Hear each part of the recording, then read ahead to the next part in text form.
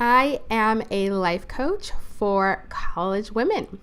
And in this video, I'm going to tell you what a life coach is, explain the difference between life coaching and therapy, and give you a clear picture of what it looks like to work with an academic life coach while you're navigating your college journey. My goal is that after you watch this video, you'll clearly see the benefit of having a life coach for yourself as you're going through college, and you'll be able to decide whether or not you need a life coach. So I've been helping college women earn better grades and have more free time to enjoy their life alongside college since 2015. My work as an academic life coach has directly impacted the lives of 517 college women at this point. And I was actually my first client. I took myself from failing out of a bio major, being told to my face by my advisor that I was not smart enough to make it in any sort of medical field, that I would never succeed with what it is that I wanted to do, to graduating nursing school with honors while I was working full time, being in a relationship with the man that I'm now married to, and starting the beginnings of my academic life coaching company, which is called She Rocks at College. I help college women create schedules that leave them space for their lives. I help college women create study plans that earn them A's and B's. And I help college women use their brain, use their emotions to create all the motivation, all the discipline that they need to actually stick to those schedules and those study plans all semester long.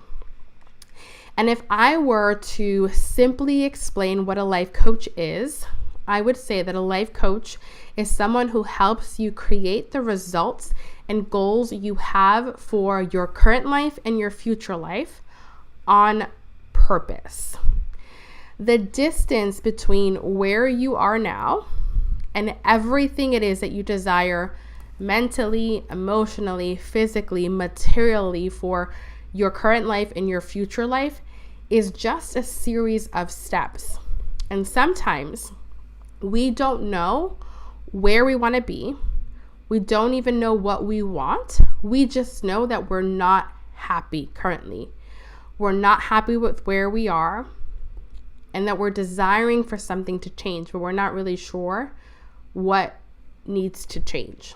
Sometimes we don't know what those series of steps it is that we need to take to go from where we are now to meeting our goals and hitting our goals, achieving them.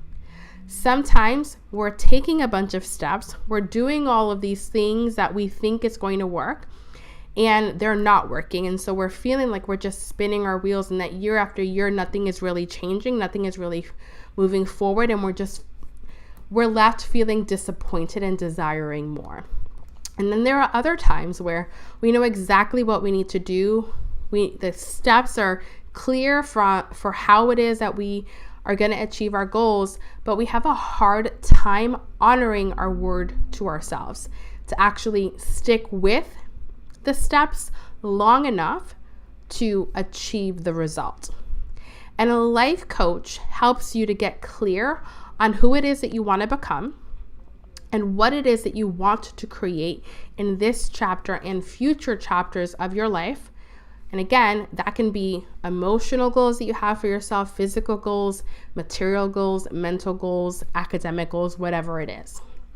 A coach helps you to clearly see the gap between the life you're living right now and the life you wish you could be living. A life coach helps you to identify the steps required for you to achieve the goal. A life coach helps you to make a decision on the steps you need to take and commit to them. That means see them through no matter what. Like, continue to take the steps no matter how many times you fall until you get the result it is that you want. A life coach helps you to figure out why your goals and plans aren't working for you. And they help you to use that information, to use that self-reflection to make the necessary tweaks and changes in your life so that you can get back on path towards your goal. A life coach helps you to identify why you keep stopping and quitting.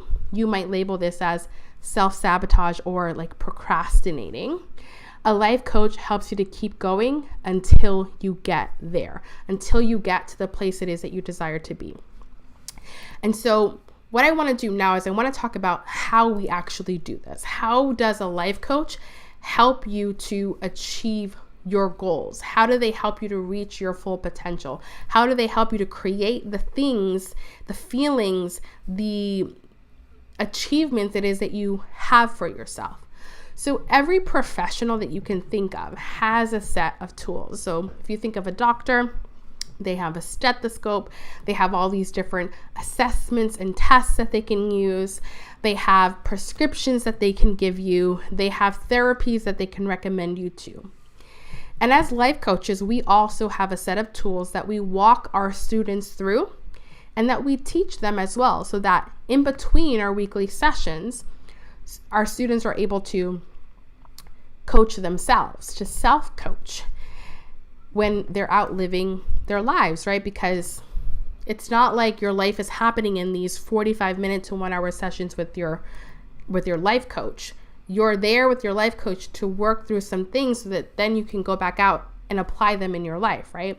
I saw this quote recently on Facebook about how Serena Williams pays one of her tennis coaches or one of her coaches $1.5 million a year, and she still has to be the one to show up for practice and to actually win the tournaments, win the matches, right? So coaches, they can provide you with the tools and they can provide you with all of the necessary steps, but when you leave that coaching session, it's up to you to actually follow through. And so we teach you the skills to be able to do that outside of the sessions with us. And so what I want to do now is I want to walk you through some of the tools that I personally use with the college women that I work with. And I want to explain how these tools help them to achieve the goals it is that they have, so that you can get a clear picture of what it looks like to actually work with an academic life coach, the benefits of it, why life coaching now has become something that a lot of people have, just like a lot of people have doctors and a lot of people have trainers in the gym. So the first tool, which I think is probably the most important tool and the most important skill that I teach to the college women that I work with, is called SelfAwareness. Now, self-awareness is the ability to be the watcher of your life without judgment. So this is your ability to be able to notice what you've created in your life, to notice where you are currently, and maybe even become aware of the gap from where you are now to where it is that you want to be. It's to be aware of your thinking, to be aware of how you're feeling, to be aware of how you're behaving, and how all of that has shaped and created the life it is that you have now. A lot of us already have the ability to be the watcher of our lives.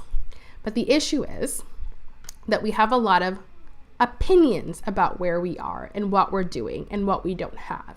We have a lot of judgments around it. We have a lot of shame around it. And you're never going to be able to create something different from a place of shame, from a place of judgment. So I teach my students something that is called holding space.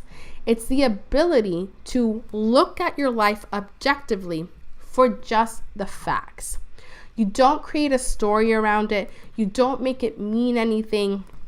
You just look at it for what it is. I have a D+ in this class. I'm 7 classes away from graduating. It took me 5 years to get my degree. I've dropped out of 12 classes. No story, just the facts. This skill here is the foundation to creating change. Because when you can see what you've created and how you've created it, like what actually led you to get here, and you're not shaming yourself for it, you're not judging yourself for it, you're truly just accepting that this is where I am, and I have a desire to be somewhere else. Now you have the power to actually create and make decisions about how you're going to get there. But when you're in shame and when you're in judgment, you're feeling too bad about yourself. You're feeling too sorry about yourself to actually do something about it. So this self-awareness tool, this ability to hold space, allows you to objectively take a look at your life and make decisions from a place of, I want the best for myself, and this is how I'm going to approach getting it. The other thing that I'll add about self-awareness is that it creates space for deliberateness. Now remember that I said that the way that I define a life coach is someone that helps you to achieve the goals and results it is that you want for your life on purpose. It didn't happen to you by default. You didn't just get lucky, but you were consciously making decisions every single day that took you a little bit closer to where it is that you want to be.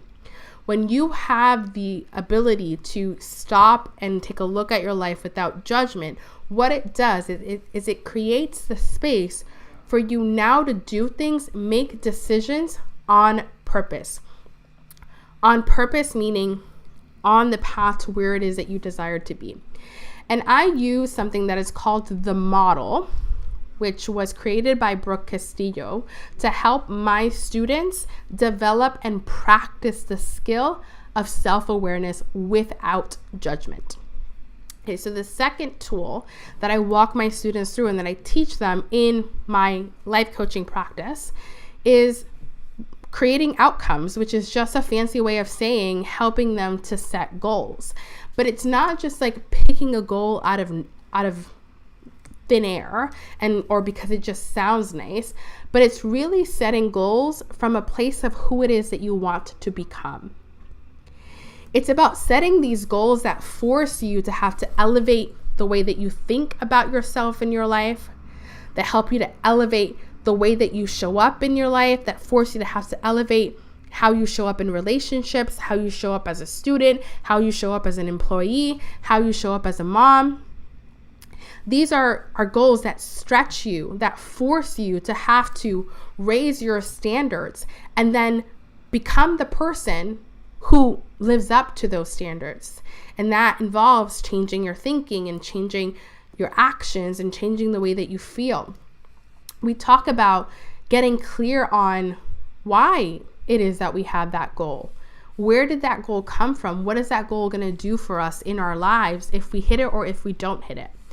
And from that place of clarity, we create a human path to get there. And what I mean by a human path is understanding that there are going to be ups and downs on the way to the mountaintop. Okay, you're going to come to different valleys and plateaus and all of that. You're going to come up upon obstacles. And we do the work in the creating outcomes to goal setting process to anticipate those obstacles ahead of time and really use our brain to come up with solutions and actions and decide ahead of time how we're going to choose to handle those obstacles and show up in the midst of those obstacles and keep going in the midst of those obstacles. So many people, when they achieve goals, the moment that they have the idea in their mind, they also act as though it's already happened, or they create this fantasy path of them getting there where they're never going to feel a negative emotion, where they're never going to experience anything bad happening to them, where they're never going to experience any setbacks. And because they never plan for obstacles, when the obstacles do arise, it stops them in their tracks. And what happens is a lot of people end up quitting or they end up changing their goals because they feel like it's not possible for them. But when you create goals in a way where you anticipate the things that you might come across, the setbacks, the twists and the turns, you're able to bounce back quicker and you're a lot more resilient. So that is the second skill that I walk my students through. The third skill is, I call it exploring our expectations. So this is the ability to be able to identify the rules we have about how the world needs to work, how other people need to behave, how our lives need to unfold in order for us to be happy and be okay. This is the set of rules that you've created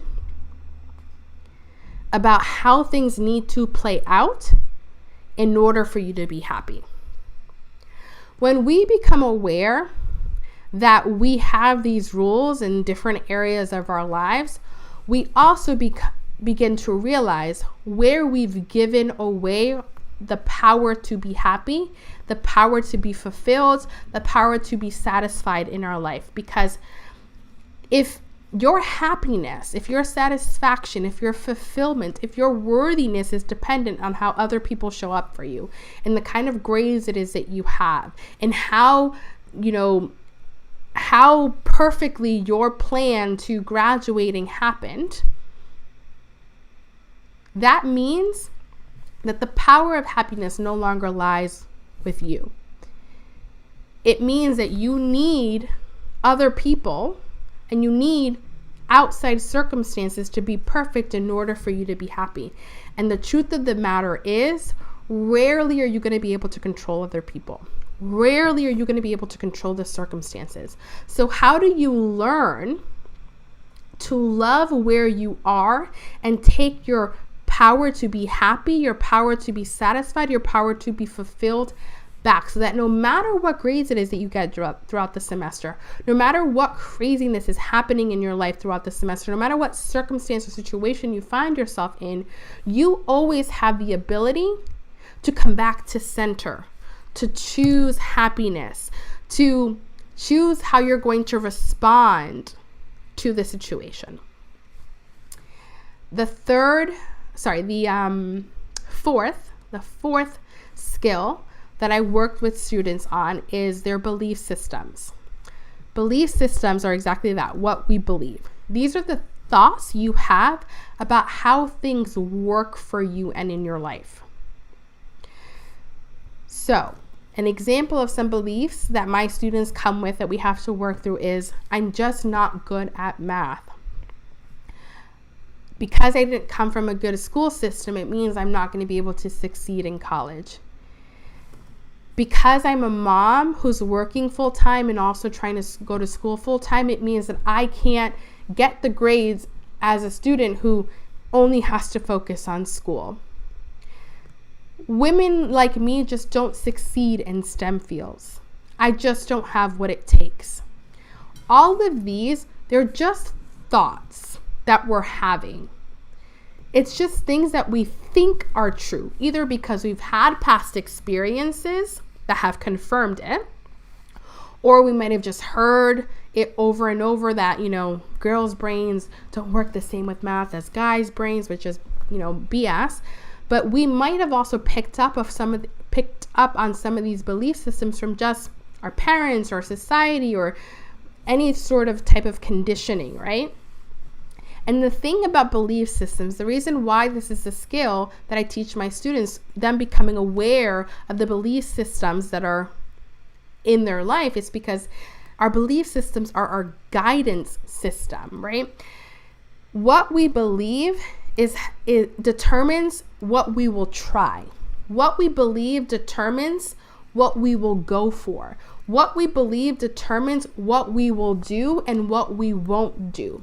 So if you don't become conscious of what your belief systems are, that guidance system, you're going to end up somewhere that you didn't intend to be, all because there was like this random GPS running in the background and running the show.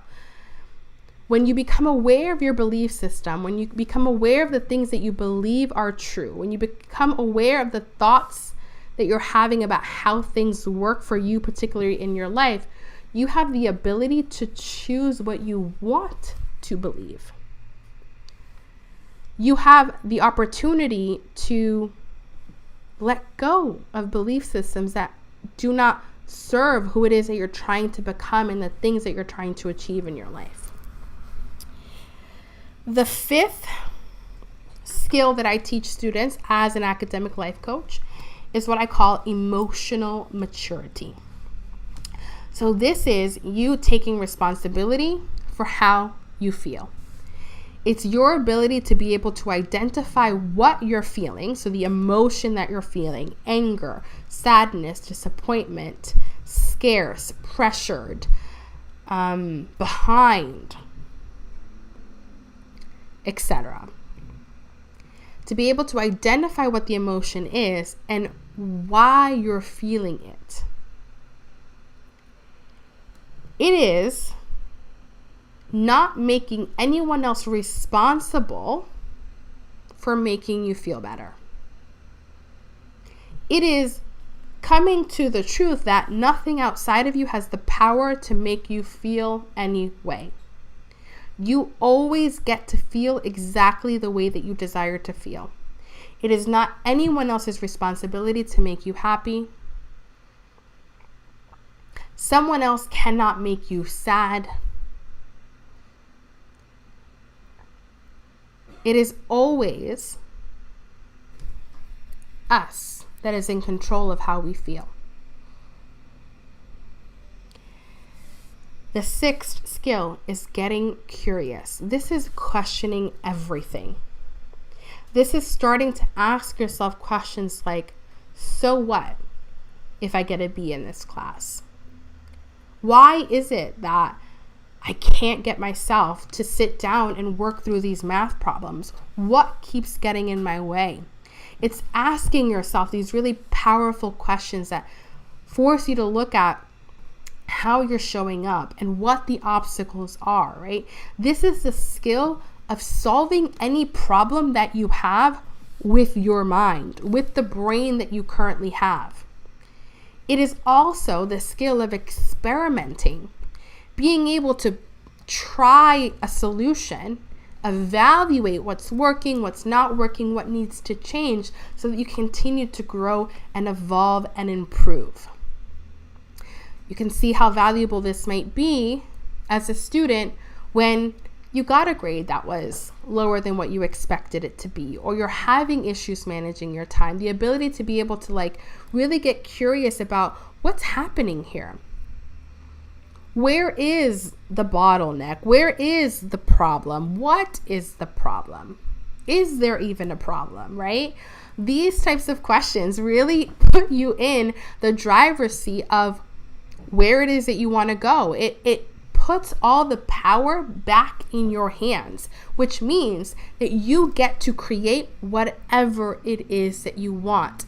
You don't have to wait for anyone else to give it to you. You get to be the one who gives yourself the A's, who gives yourself the free time it is that you desire, who gives yourself more calm and confidence while you're going through your semester. And the final skill that I teach my students is learning how to feel and allow emotions without reacting to them. One of the philosophies that I teach my students and that I go by, and this is quite honestly a universal truth of how the world works, everything it is that we want it because of how we imagine it'll make us feel to have it. Everything you want is because of how you imagine it will feel to have it. You're really chasing an emotion. You're chasing a feeling. You want the money because of how the money will make you feel. You want the degree because of how the degree will make you feel. You want the house because of how the house will make you feel. You want the partner because of how you imagine having the partner will make you feel. Everything it is that we want is because of how we imagine we will feel. It is also true that every action we take and every action that we don't take is to either create an emotion or to avoid an emotion.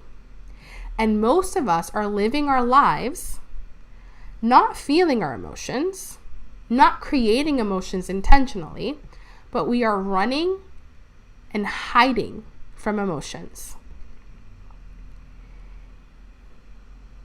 And if everything that we do and also everything that we don't do is dictated by how we feel, it's really important for us to learn how to change our feelings. To be willing to feel our feelings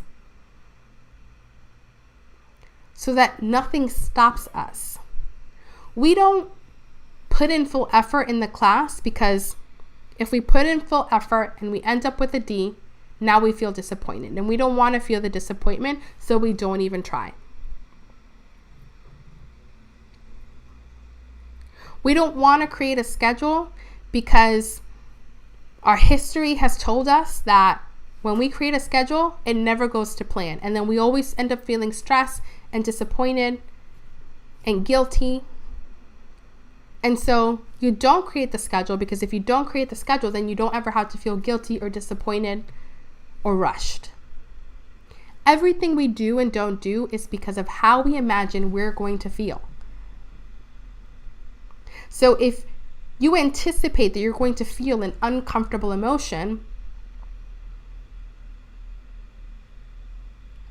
in your college environment, because you're afraid of that feeling, because you're not willing to feel that feeling, you don't do a lot of things as a student. And if you're not doing a lot of things as a student, you're not creating what it is that you want. So when you learn how to process and feel an emotion, when you learn that the worst thing that's going to happen to you is that you will feel an emotion, and that all an emotion is a sensation that occurs in your body. We're disappointed and all of a sudden our chest feels tight, or maybe we get butterflies in our stomach, or we feel a pit in our stomach. That's the extent of an emotion. It's a sensation that happens in our body, but we haven't been taught how to sit through emotions, how to allow emotions without trying to run from it, numb it, buffer, etc. And the moment that you become the type of student who isn't afraid to feel emotions like embarrassment and shame and disappointment and guilt and sadness, there is nothing that you're not willing to try. And if you're out here trying things and doing things, what do you think the likelihood is going to be that you become everything it is that you thought that you would be as a student, that you achieve the grades it is that you want, that you graduate college in the time frame that you want, that you land the job it is that you want? Very high, right? Through all of this, my students are learning how to love themselves unconditionally. How to understand that from the beginning of time, they have been worthy enough of all of the success it is that they want, of all of the achievements it is that they want, of all of the love it is that they want.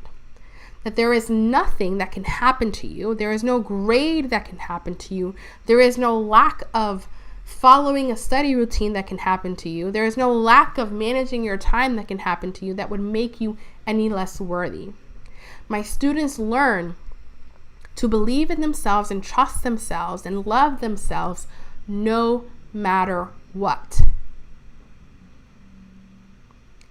They stay in the realm of possibility longer than any other student.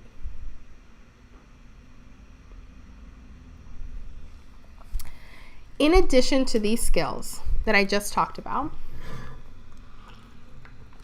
because I am a life coach for college women, I also teach my students the skills to learn how to study so that they can earn the grades it is that they want. I also walk my students through and teach them the skills of managing their time so that they can study in a way that also creates balance for them to actually have a life outside of their lecture halls.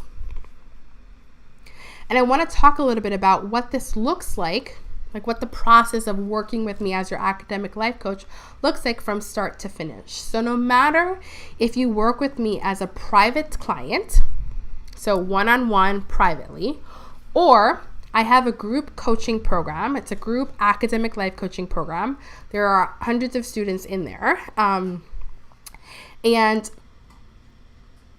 no matter which one of those avenues you pick, we always begin with a deep dive that I call Becoming Her.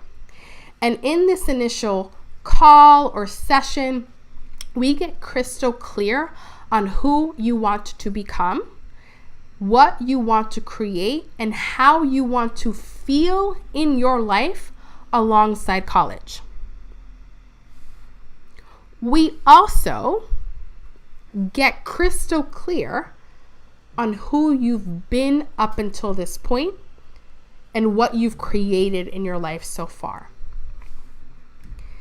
That clarity in your current self-identity, so how you're currently thinking about yourself and how you're currently showing up in your life, and the future self-identity, so how you're going to need to start thinking about yourself and how you're going to need to start showing up in your life to create what it is that you want, allows us to see what the gap is and exactly what needs to change. This initial session sets us up to pick what I call is your becoming goal. So this is that goal setting process that I was talking about. This is the goal that you and I together will be working on over the course of a semester or multiple semesters, depending on how long you want to work together. This is what sets us up to figure out what are the thoughts that you need to be thinking, what are the actions that you need to be taking, what are the decisions that you need to be making in order to be on the path to what it is that you want to create as a student. And for most of the students who work with me, you guys aren't special snowflakes. Like, all of y'all pretty much want the same things. You want to earn better grades and you want to have more free time while you're doing it. Every single one of you, when I ask you the main thing that you're struggling with, it's either I'm not passing my classes, or I'm not getting the grades it is that I want, or I'm feeling overwhelmed and I can't balance everything. That is what you want to create. It's like, I want to be a great student and I want to have a life while I'm being a great student. So we get clear on like the specifics of those things for your particular life. And then we really get clear on what do you need to be thinking about yourself and all of that. What actions do you need to be taking? What decisions do we need to be making in order to get you that result? Every call that we have from that initial session on will have a purpose. We'll have guidance. We'll have direction because we know exactly who you're working on becoming. We know exactly what it is that we are trying to create together. And we will use the tool of self-awareness and of exploring expectations and of our belief systems to make sure that we are aligning our thoughts, your thoughts about studying, that we're aligning your thoughts about time management, that we're aligning your thoughts about who you are as a student to the version of you that you are working on becoming.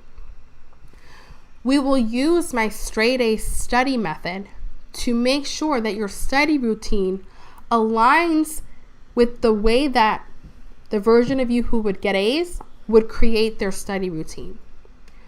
We will use my master your study schedule method to make sure that the way that you are spending your time aligns with what you told me it is that you wanted to create in your life in regards to the free time that you wanted. We will use the tools of emotional maturity and of processing your feelings to help you make sure that you're handling stress, conflict, failures, and overwhelm in a way that will honor who it is that you're trying to become. We're going to get really curious. We're going to stay consistently focused on how far you've come and who you're becoming so that we can make the necessary tweaks along the way. Because here's the thing that you need to understand. Nobody is special. There is such thing as innate talent. Like some people, they pick up a racket and for whatever reason, maybe it's genetic, whatever, for whatever reason, they just are really good with that tennis racket. But unless that talent is cultivated, unless, Serena and, oh my gosh, I'm drawing a blank on her sister's name, so I'm just going to use Serena. Unless Serena's dad helped her with her skills, helped her practice, helped her to really hone that innate talent that she had, she would not have become the best and the greatest tennis player in the world. Everything that you want to be, everything that you want to have is just a series of steps. It's just a list of skills that you need to master and learn. And then every single day, you have to be that version of yourself who has already achieved it. You have to think like that version of yourself. You have to make decisions like that version of yourself. You have to take actions like that version of yourself every single day, because it's in those decisions and those actions and the way that you're thinking every single day that you are creating your future life. It is happening right now with every decision, with every thought, with every action. You are building day in and day out what will be your future. Every day you're building it with your choices, with your actions, with what you're choosing to think. And a life coach, and me as an academic life coach, I help you to build the life that you want on purpose.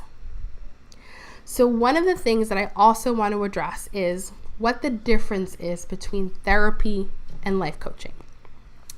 So therapy is a lot of the times diagnosis based, and it's designed to help people who are non-functioning. What I mean by that is they're not able to get out of bed. They're having a really hard time showing up for their job. They're really having a hard time just like navigating everyday life. Everything feels difficult. They're having a lot of issues. They have a lot of past trauma. Therapists help people heal their trauma and become functioning humans again. They focus a lot on the past and healing the past by going into the past. A life coach is not focused on your past. They are focused on your future. We tend to work with people who are doing okay. You're just lacking a little something. You're feeling a little disappointed with your life. You know that there's so much potential for more, and you're not sure how to create that more it is that you're desiring. You know that you have so much potential, and you just need some support and some help to actually meet that full potential. We're not taking you through your past traumas. They may come up when we're exploring your belief systems, but we're not focused on trying to go back there and get you to heal that event. We're focused on, even though that happened to you and it was awful, who do you want to be today? What do you want to create for your life today? That's what we're focused on.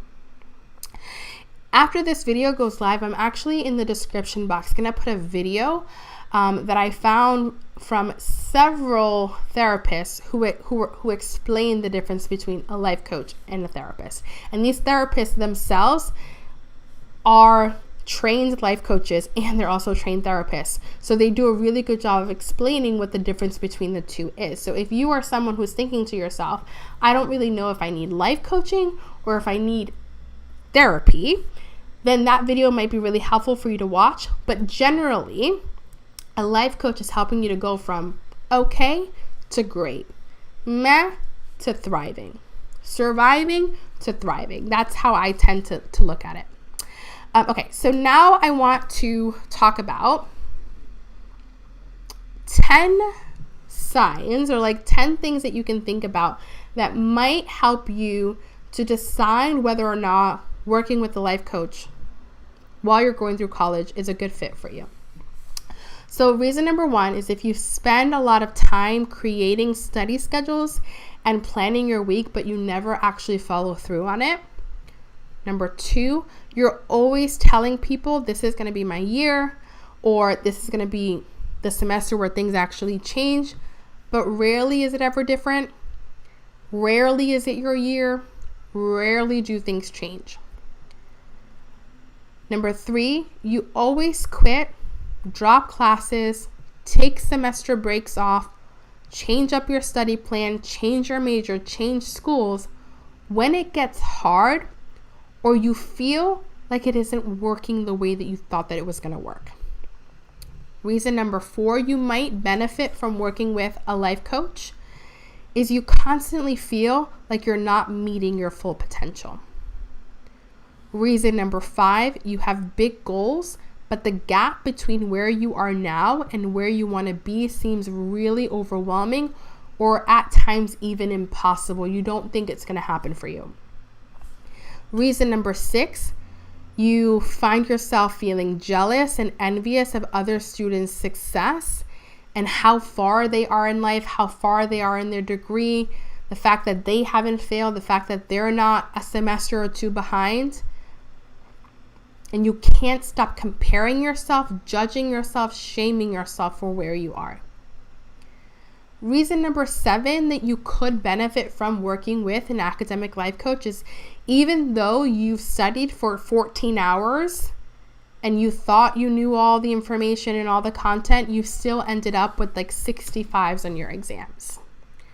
Reason number 8 you might benefit from working with an academic life coach is you've failed classes before, you've retaken classes several times without being able to pass them, you're on academic probation or have been asked to leave a program, you've had to put in an appeal to be reinstated into your college because of your academic performance.